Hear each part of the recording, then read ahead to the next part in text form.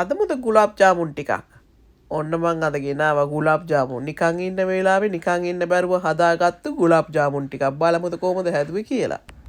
මුලින්ම කප් එකක් අරගෙන ඒ කප් එකට රුලන්, එතකොට කිරිපිටි, එතකොට self rising flour.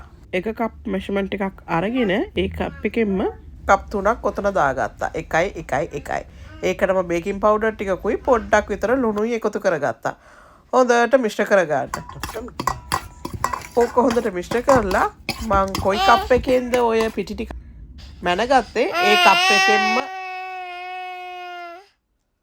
දැක්කනේ පොඩි එකනා කෑ ගන්නවා. හරි එහෙනම් ඒ කප් එකෙන්ම ෆ්‍රෙෂ් මිල්ක් ටිකක් දාගත්තා. ඒ කප් එකේ ගානටම එතකොට එච්චරයි ඔක්කොම කලවම් කරනවා. හොඳට කලවම් කරගන්න වෙන මොකුත් ඇඩ් කරගන්න ඕනේ නැහැ. ඔක්කොම නියමෙට පදමට කලවම් වෙලායි. ඔන්න ඉතින් බලන්නකෝ. මේක ඉතින් ඔන්න උස්සලා ඔහම දානකොට ඔය තත්ත්වෙ තිබ්බනම් හොඳටම හරි. හරිනේ. දැන් ඔය වගේ පොඩි පොඩි බෝල හදා ගන්නවා. ඉතින් කැමරා එකත් අතේ උස්සගෙන වැඩ කරන්න බෑ මට. මං ඉතින් පැත්තකින් තියලා තමයි කරන්න වෙන්නේ. පොඩ්ඩක් ඉන්නකෝ. ඒ ටිකත් මං හදාගෙන ඉක්මනට එන්න. නැත්තම් ඉතින් මට බෝල හදන්න බෑ මේ එක අතකින්. හරි. ඔය විදියට ඔක්කොම බෝල ටික හදා ගන්න. ඒක හදලා පොඩ්ඩක් පැත්තකින් තියන්න. මොකද බේකින් පවුඩර් ටිකක් දැම්මනේ. Baking powder half a teaspoon තමයි මං දැම්මේ. ඉතින් ඒක පිම්බෙන්න වෙලාවක් යනවා. හරි. ඔය ගමන මං ඔය සීනි එකයි පොඩ්ඩක් ගී ටිකක් දැම්මා. ඒකත් එක්ක වතුර. දැන් ඔතනට මම සීරප් එක හදා ගන්න යන්නේ. ඔය පාට ටිකක් දැම්මා. එතකොට පොඩ්ඩක් ලස්සනට තියෙන නිසා දාන්නම අවශ්‍ය නැහැ. ඕනනම් දා ගන්න. මම පොඩ්ඩක් දැම්මා. ඕක ඉතින් හැමෝටම දන්නවනේ. කොහොමද ඒක හදා ගන්න ඕනේ කියලා පැණි එක. ඔය පැණි එකේ ගානට හදා ගන්න. ඉතින් ඒකත් එක පැත්තකින් තියලා දැන් ඉතින් තෙල් එක තාච්චුවේ තියලා දැන් මෙතන මම පෑන් එකක දාලා තියෙන්නේ. තෙල් එක රත් වෙනකන් ඉඳලා ඔය වගේ පොඩි පොඩි ගුලි දාලා බලන්න තෙල් එක රත් වෙලාද කියලා.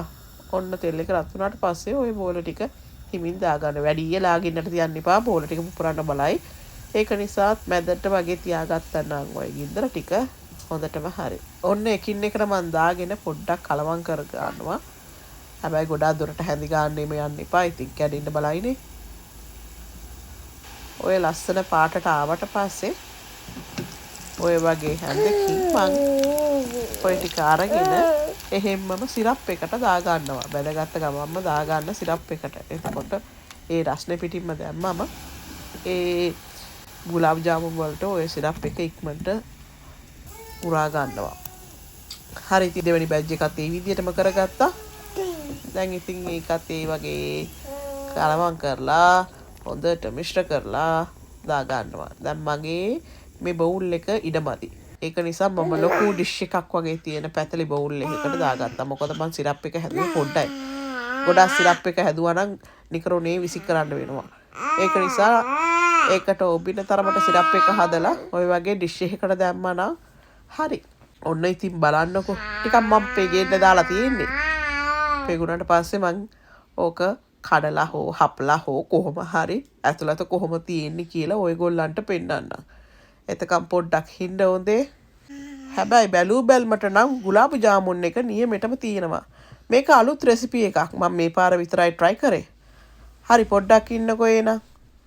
අලුත් රෙසිපි එක හොඳට ආවා. කිසිම ප්‍රශ්නයක් නැහැ. කාලා බලලා තමයි ඊටු ටික කොහොමද කියලා කියන්න පුළුවන්. දැන් මේක හොඳට පෙඟිලා තියෙන්නේ. එකක් try කරලා බලමු. හැබැයි හරි soft එකට තිබුණා. ඇතුළේ හොඳට පිටිලා තිබුණේ. පාටත් ලස්සනටම ඇවිල්ලා තිබුණා. ඔයගොල්ලොනුත් try කරලා බලන්න. බැරි වුණොත් කියන්න. ආපු වෙලාවකට මං හදලා හරි දෙන්න. කරන්න දෙයක් නෑ ඉතින්. හරි එහෙනම් අනිත් වීඩියෝ එකේ හම්බ වෙමු. කණ්ඩ පටන් ගත්තම නවතින කෑමක් නෙවෙයි. ඉතින් ගුලාබ් ජාමුන්. හරි එහෙනම් මතක ඇතුව මගේ channel එක subscribe කරලා තියාගන්න. මම එනවා අලුත් වීඩියෝ එකක් අරගෙන ඉන්ෂාල්ලා.